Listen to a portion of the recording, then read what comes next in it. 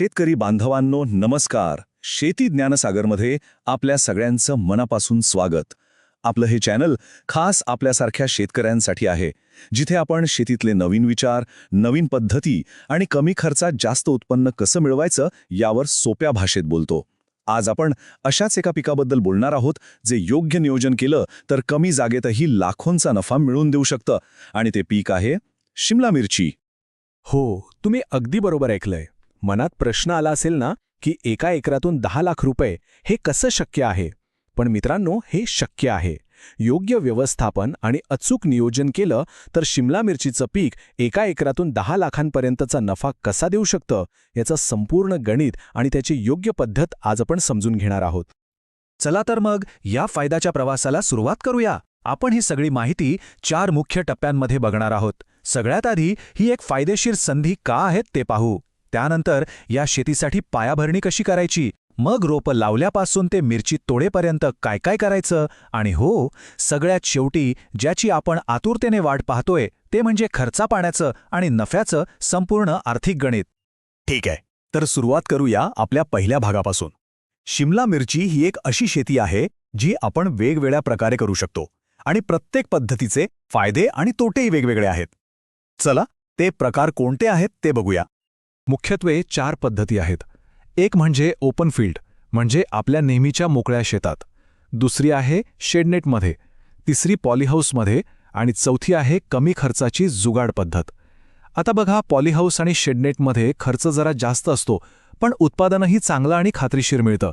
पण आज आपण जी पद्धत बघणार आहोत ती आहे ओपन फील्ड, जी सगळ्यात सोपी आणि कमी खर्चाची आहे, जी कोणताही सामान्य शेतकरी अगदी सहजपणे सुरू करू शकतो.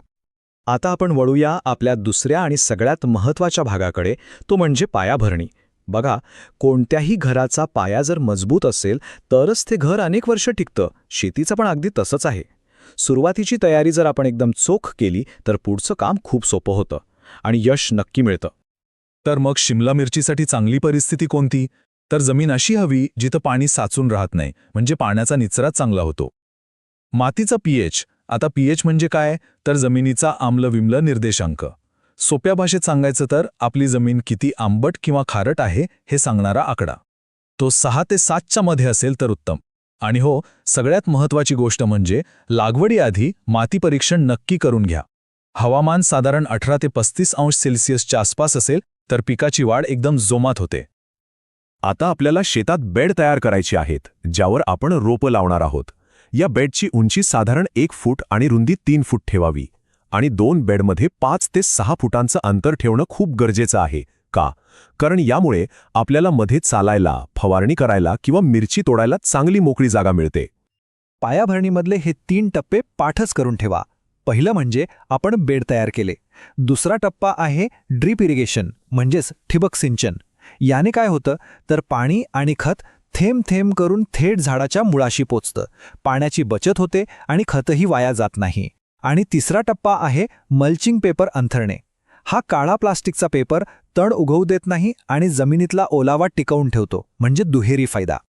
चला, आपला पाया आता एकदम मजबूत झालाय. आता आपण तिसऱ्या टप्प्याकडे जाऊया. रोपापासून काढणीपर्यंत, म्हणजे रोप लावल्यापासून ते तोडणीपर्यंत आपल्याला पिकाची वाढ कशी होते आणि त्याची काळजी कशी घ्यायची हे अगदी बारकाईने समजून घ्यायचंय. सगळ्यात पहिली आणि महत्त्वाची पायरी आहे चांगल्या रोपांची निवड. नेहमी लक्षात ठेवा, चांगल्या आणि विश्वासू नर्सरीमधूनच रोपं घ्या. रोप साधारण 28 ते 35 दिवसांचं, निरोगी आणि त्याची मुळं मजबूत असली पाहिजेत. कारण जर सुरुवातच कमकुवत किंवा रोग लागलेल्या रोपाने झाली तर पुढे आपण कितीही मेहनत घेतली तरी मनासारखं उत्पादन मिळत नाही. आता लागवड कशी करायची? बेडवर झिगझॅग पद्धतीने, म्हणजे नांगरटीच्या सऱ्यांसारखी नागमोडी पद्धतीने लागवड करावी. 2 रोपांमध्ये कमीत कमी 1 फुटाचं अंतर ठेवायचं. लागवड शक्यतो संध्याकाळच्या वेळीच करा, कारण तेव्हा ऊन कमी असतं आणि रोपांना नवीन जमिनीत सेट व्हायला चांगला वेळ मिळतो. लागवड झाली की लगेच ड्रीपमधनं हलकं पाणी द्यायला अजिबात विसरू नका. पिकाची वाढ चांगली होण्यासाठी योग्य खत व्यवस्थापन खूप महत्त्वाचं आहे.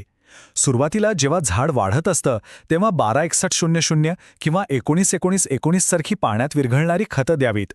जेव्हा झाडाला फुलं लागायला सुरुवात होते तेव्हा 0-52-34 सारखं खत द्यावं. यासोबतच कॅल्शियम आणि इतर सूक्ष्म अन्नद्रव्य पण वेळच्या वेळी देणं गरजेचं आहे. ही सगळी खतं आपल्याला ड्रीपमधूनच द्यायची आहेत, ज्याला फर्टिगेशन असं म्हणतात. शिमला मिरचीवर थ्रिप्स आणि मावा यांसारख्या रस शोषणाऱ्या किडींचा त्रास जास्त होतो. यावर नियंत्रण मिळवण्यासाठी शेतात पिवळे चिकट सापळे लावा. हे सापळे किडींना आकर्षित करून चिकटवून घेतात.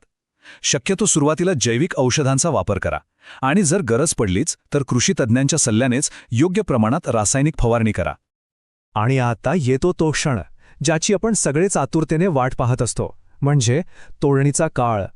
लागवड केल्यापासून साधारण 55 ते 60 दिवसांनी पहिली तोडणी सुरू होते आणि त्यानंतर पीक जोपर्यंत चांगलं आहे तोपर्यंत दर 8 ते 10 दिवसांनी नियमित तोडणी करता येते. मिरचीचा आकार योग्य झाला आणि तिला चांगली चकाकी आली की मगच तोडणी करावी. आणि आता आपण आलो आहोत आपल्या शेवटच्या आणि सगळ्यात उत्सुकतेच्या भागाकडे, आर्थिक गणित. आपण जी काही मेहनत घेतली, जे काही कष्ट केले, त्याचा हिशोब आता आपण बघणार आहोत. म्हणजे खर्च किती झाला, उत्पादन किती निघालं आणि आपल्या हातात निव्वळ नफा किती आला. मोकळ्या शेतात म्हणजे ओपन फील्डमध्ये 1 एकर शिमला मिरचीच्या शेतीसाठी अगदी सुरुवातीपासून ते काढणीपर्यंत सगळा मिळून साधारणपणे 2 ते 3 लाख रुपयांपर्यंत खर्च येऊ शकतो. ह्यामध्ये रोपं, खतं, मल्चिंग पेपर, मजुरी या सगळ्या गोष्टी आल्या. आता उत्पादनाबद्दल बोलूया. जर आपण सुरुवातीपासून सगळं नियोजन व्यवस्थित केलं तर 1 एकरातून आपल्याला 35 ते 45 टन इतकं चांगल्या प्रतीचं उत्पादन अगदी सहज मिळू शकतं. हे उत्पादन हवामान आणि आपल्या व्यवस्थापनावर थोडंफार कमी जास्त होऊ शकतं, पण सरासरी इतकं उत्पादन नक्कीच मिळतं. आणि आता सगळ्यात महत्त्वाचा आकडा, निव्वळ नफा. बाजारातला भाव कसा आहे यावर नफा अवलंबून असतो हे खरं आहे, पण आपल्याला जर सरासरी दर जरी मिळाला तरी सगळा खर्च वजा करून 1 एकरातून 8 ते 15 लाख रुपयांपर्यंत निव्वळ नफा मिळवण्याची ताकद या पिकामध्ये आहे. हे आकडे ऐकून कदाचित आश्चर्य वाटेल, पण हे खरं आहे. जसं इथे लिहिलंय, योग्य व्यवस्थापन केल्यास हे शक्य आहे. योग्य नियोजन, योग्य वेळी योग्य काम आणि सातत्य या गोष्टींची जोड दिली तर हे गणित नक्कीच साधता येतं. तर मित्रांनो, शिमला मिरचीच्या शेतीतून भरघोस नफा कसा मिळवायचा याचं संपूर्ण नियोजन आज आपण पाहिलं. आता प्रश्न हाच आहे की आपल्या शेतीत ही संधी आहे का, याचा विचार नक्की करा. आशा आहे की या माहितीचा आपल्या सगळ्यांना नक्कीच फायदा होईल. जर ही माहिती आवडली असेल तर नक्की लाईक करा, आपल्या इतर शेतकरी मित्रांसोबत शेअर करा आणि हो, शेती ज्ञानसागर चॅनलला सबस्क्राईब करायला विसरू नका. चला पुढच्या भागात भेटूया एका नवीन विषयासह. तोपर्यंत धन्यवाद. जय जवान, जय किसान.